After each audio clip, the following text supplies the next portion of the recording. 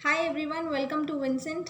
सफलता की ओर पहला कदम। माय नेम इज़ डिम्पी और आज 15 अगस्त है। So I wish you a very happy Independence Day to all. So आज का हम हिंदू एडिटोरियल का एनालिसिस करेंगे। So let's see first the vocabularies.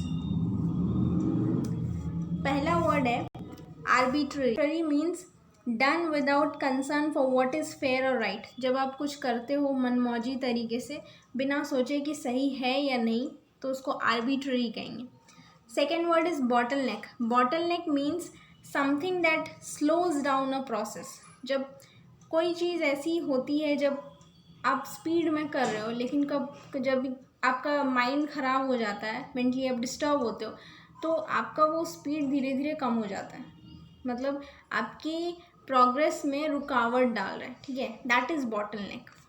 Another word interlocutor. Interlocutor मतलब कि दो इंसान के बीच, अगर सपोज ये है और ये, इन दोनों के बीच बातचीत होनी है, तो इन दोनों के बीच जो बातचीत कराएगा एक मीडिएटर, दैट इज़ इंटरलॉक्यूटर।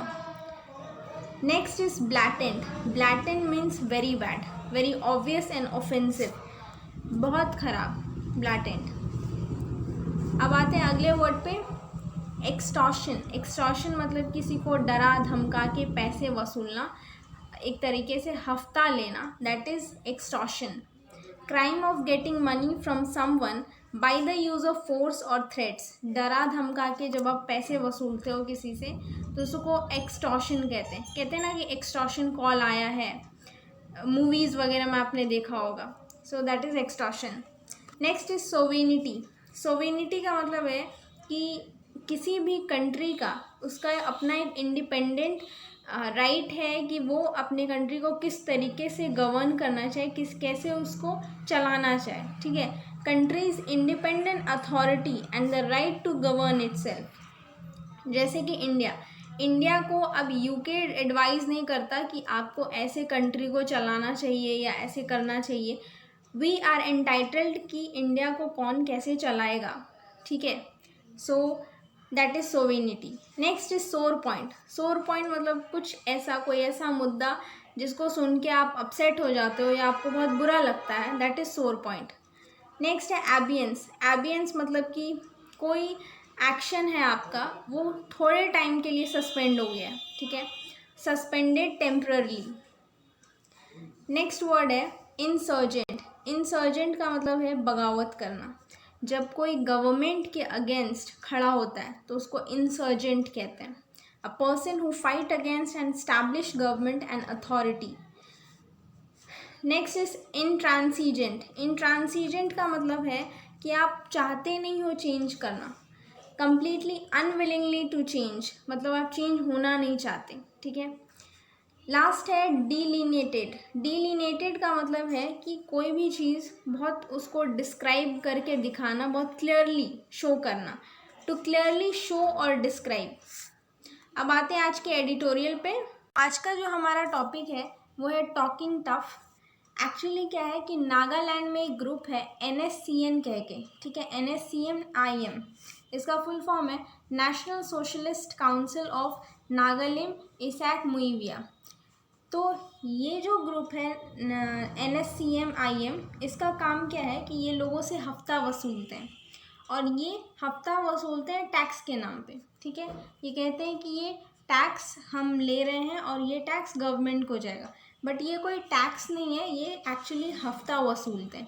तो 5 साल पहले 2015 में गवर्नमेंट, मतलब इंडियन गवर्नमेंट और NSCN-IM के बीच एक अग्रीमेंट हुआ था। ठीक है, वो एक पीस अकॉर्ड था। तो नागालैंड के जो गवर्नर हैं वो इनके काम में बाधा डाल रहे हैं, रुकावट क्रिएट कर रहे हैं। NSCN के काम में ये गवर्नर बता रहे हैं कि एक्चुअली में ये लोग हफ्ता वसूलते हैं टैक्स के नाम पे, जो बहुत गलत है और इसको बंद होना चाहिए। ठीक है, तो गवर्नर यहाँ पे इनके काम में रुकावट क्रिएट कर रहे हैं, जिनसे इनको बहुत ज़्यादा प्रॉब्लम हो रही है। तो आज का एडिटोरियल हम इसी पे डिस्कस करेंगे। 5 years since the signing of framework agreement between Indian government and the NSCN-IM, The deadlock in the talks that came about in October 2019 persists with the emergence of bottleneck. तो जो agreement हुआ था Indian government और NSCN-IM के बीच, वो पिछले 5 साल से कंटिन्यूस चल रहा है, वो पीस अकॉर्ड। और 2019 अक्टूबर 2019 में एक डेडलॉक वाली सिचुएशन अराइज हो गई है जो प्रोग्रेस है उसको रोक रही है। कुछ की पॉइंट्स देखते हैं। The NSCN-IM has demanded that the Nagaland governor RN Ravi should be removed as the interlocutor for talks on Naga accord. तो NSCN-IM का ये डिमांड है, उन्होंने बोला है कि जो गवर्नर हैं RN रवि, उनको हटा देना चाहिए। कहाँ से? जो गवर्नमेंट और NSCN के बीच जो बातचीत कराते हैं मीडिएटर, उसको कहते हैं इंटरलोक्यूटर, ठीक है। वहाँ से इनको हटा देना चाहिए गवर्नर को। Talks were expanded in 2017 by including the other Naga groups under the banner the Naga National Political Groups। तो ये जो नागा नेशनल पॉलिटिकल ग्रुप्स हैं, इसी के बैनर के अंडर बातचीत चल रही है 2017 से। Clearly the governor's letter in June address the CM Neiphiu Rio alleging the collapse of law. तो गवर्नर जो है नागालैंड के, उन्होंने CM को एक लेटर लिखा है और जो ये ग्रुप है NSCN-IM, उनके अगेंस्ट ये आरोप लगाया है कि लॉ एंड ऑर्डर सही तरीके से यहाँ फॉलो नहीं हो रहा है, collapse of law and order, and that armed gangs, इनको आर्म्ड गैंग्स, क्योंकि इनके पास हथियार वगैरह भी हैं, तो इनको आर्म्ड गैंग्स बताया गया है, who question the sovereignty and integrity of nation were engaging in blatant extortion, कि भाई ये हफ्ता वसूल रहे हैं, जो कि बहुत गलत है। तो इस तरीके के एलिगेशन लगाए हैं गवर्नर ने, ठीक है। गवर्नर ने NSCN के अगेंस्ट इस तरीके के एलिगेशन लगाए, एक लेटर लिखा है CM को और कहा है कि यहाँ पे लॉ एंड ऑर्डर सही तरीके से फॉलो नहीं हो रहा और ये लोग अपनी मनमानी कर रहे हैं, हफ्ता वसूल रहे हैं, जो बहुत गलत है। The NSCN-IM still insist on a greater Nagalim beyond the boundaries of Nagaland state besides seeking a flag in constitution। तो इनका ये भी डिमांड है, जो ये ग्रुप है NSCN, उनका ये भी डिमांड है कि हमें एक अलग फ्लैग मिलना चाहिए, हमारा एक अलग कॉन्स्टिट्यूशन होना चाहिए। तो अगर सब यही करने लगेंगे, इनके अगर डिमांड्स फॉलो किए गए, तो हर स्टेट ऑब्वियसली यही डिमांड करेगी।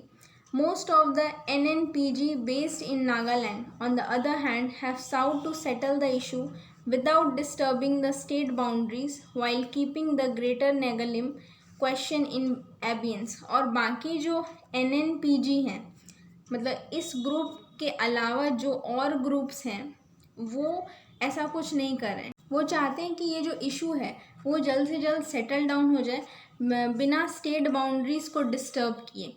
तो इनका व्यू और NSCN का व्यू डिफरेंट है, सेम नहीं है, अलग अलग है। Any moves to alter boundaries will intensify ethnic conflicts and insurgencies beyond Nagaland, especially in Manipur. So it says कि अगर किसी भी तरीके की बाउंड्री चेंज हुई, बाउंड्री को अगर नागालैंड की बाउंड्री को एक्सपैंड किया गया, तो ये सिचुएशन को और ख़राब कर देगा और ज़्यादा कॉन्फ्लिक्ट्स वगैरह हो सकते हैं, जैसा कि अभी बेंगलोर में हो रहा है। हिंसा भड़क सकती है, वायलेंस हो सकता है, ठीक है, और स्पेशली ये मणिपुर में हो सकता है। सो जल्द से जल्द गवर्नमेंट, जो सेंट्रल गवर्नमेंट है, उसको बीच में इंटरप्ट करना चाहिए और एक सॉलिड स्टेप उठाना चाहिए, बहुत ज़रूरी है। Otherwise it can create a massive violence which is a very bad thing. Final points में एडिटोरियल ने कहा है, the central government needs to take their concerns on board and reiterate its commitment to finalise the Naga accord. तो central government को यहाँ पे एक step उठाना चाहिए, बहुत सीरियसली, बहुत अच्छे तरीके से सिचुएशन को हैंडल करना चाहिए।